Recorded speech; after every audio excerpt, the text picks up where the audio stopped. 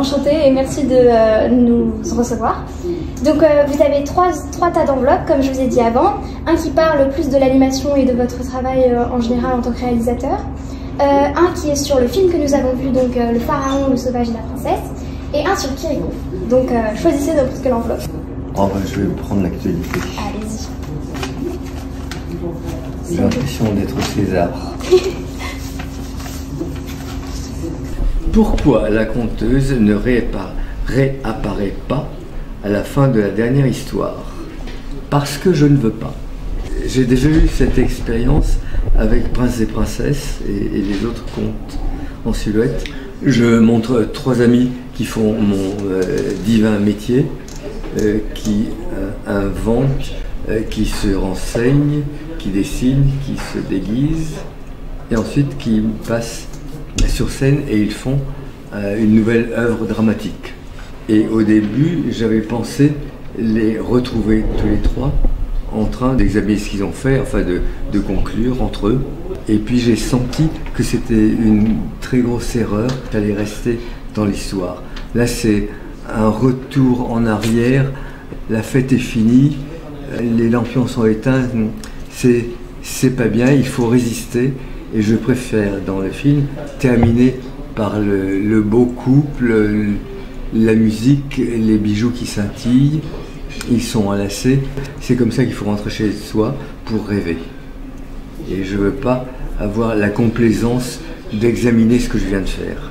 Et là, tout le monde m'a demandé la conteuse à la fin. Et je dis à tout le monde, non. Et je suis sûr de moi. Par contre, elle est bien utile auparavant pour faire un petit espace entre les 2 films. Il faut absolument reprendre son souffle.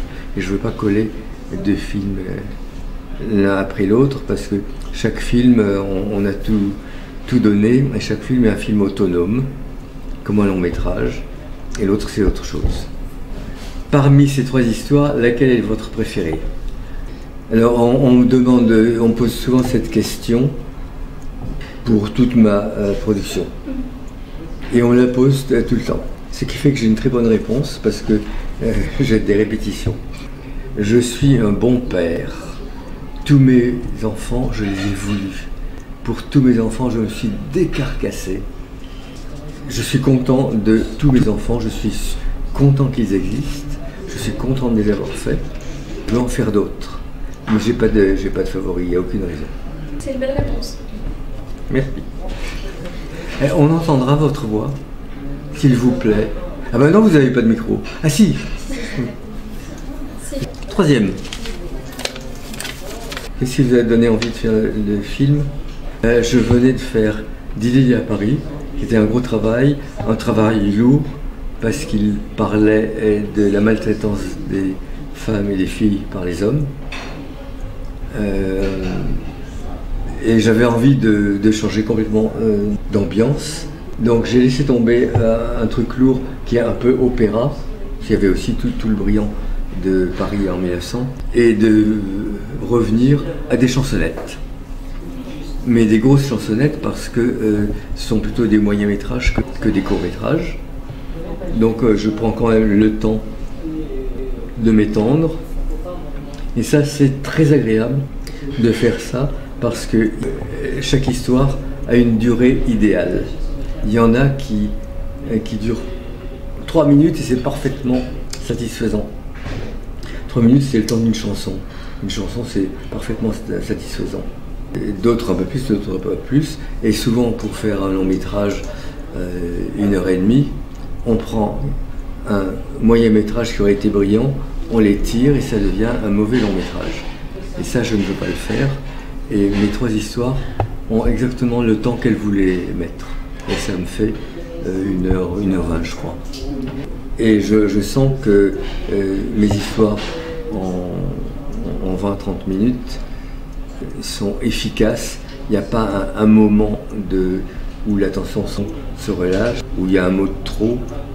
On avance et on arrive là où on devait arriver. Et puis 3 histoires, ça oblige les spectateurs à faire un petit peu de gymnastique et aller vraiment dans 3 pays différents et de s'adapter. Et j'aime bien faire un peu travailler le cerveau des spectateurs, je pense que le cerveau des spectateurs s'ennuie à une 3D très réaliste, où tout est mâché et remâché. Et avec ma silhouette noire, le cerveau doit inventer ce qu'il y a dans le noir. Il est très content de faire quelque chose. Et les spectateurs et l'auteur sont contents de jouer ensemble. Pourquoi avez-vous changé de technique d'animation pour chacun des contes? Alors, au début, je n'avais pas le choix, je n'avais pas d'argent et je faisais ce que je pouvais faire. Mais j'ai toujours aimé la technique que le hasard me permettait. Je les ai toujours aimés. La silhouette noire, maintenant que j'ai un petit peu plus d'argent, mais pas beaucoup plus, je continue à faire de temps à autre de la silhouette noire parce que c'est beau. Et parce que aussi ça me permet de faire quelque chose, même s'il n'y a pas un budget colossal.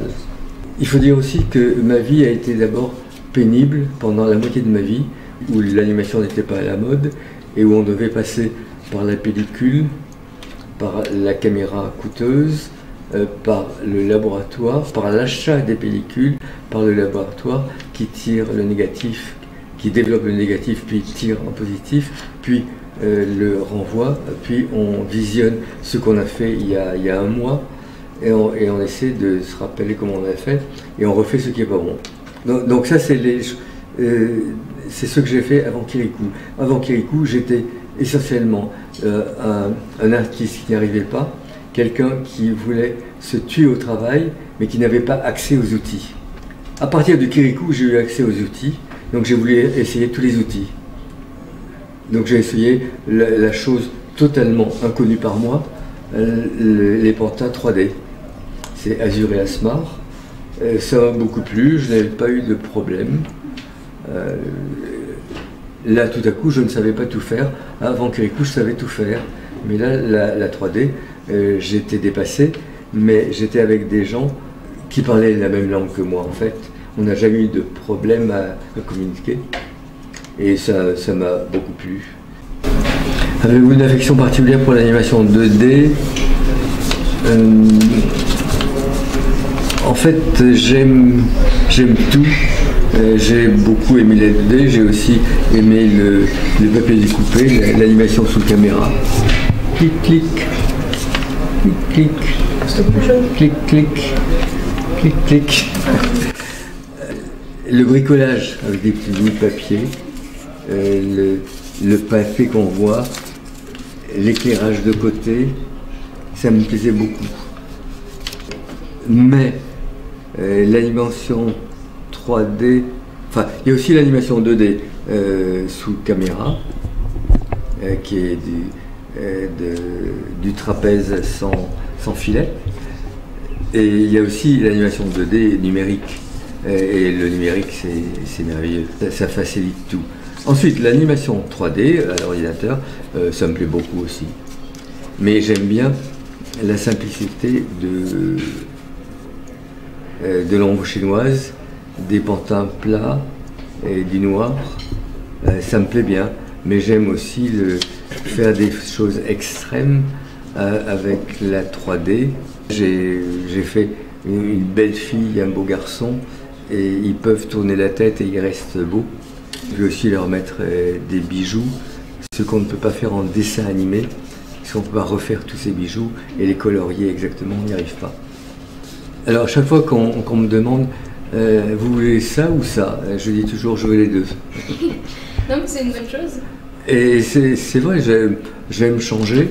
Et toutes les animations ont leurs défauts. Certainement vous détestez ou le papier découpé ou la 3D informatique, et d'autres fois vous êtes ravis. Mais en général je suis content. À travers 3 merveilleux contes, découvrez les aventures d'un jeune roi à la conquête de la couronne d'Égypte, d'un beau sauvage qui combat les injustices cachées dans une forêt, et d'une princesse amoureuse d'un vendeur de beignets.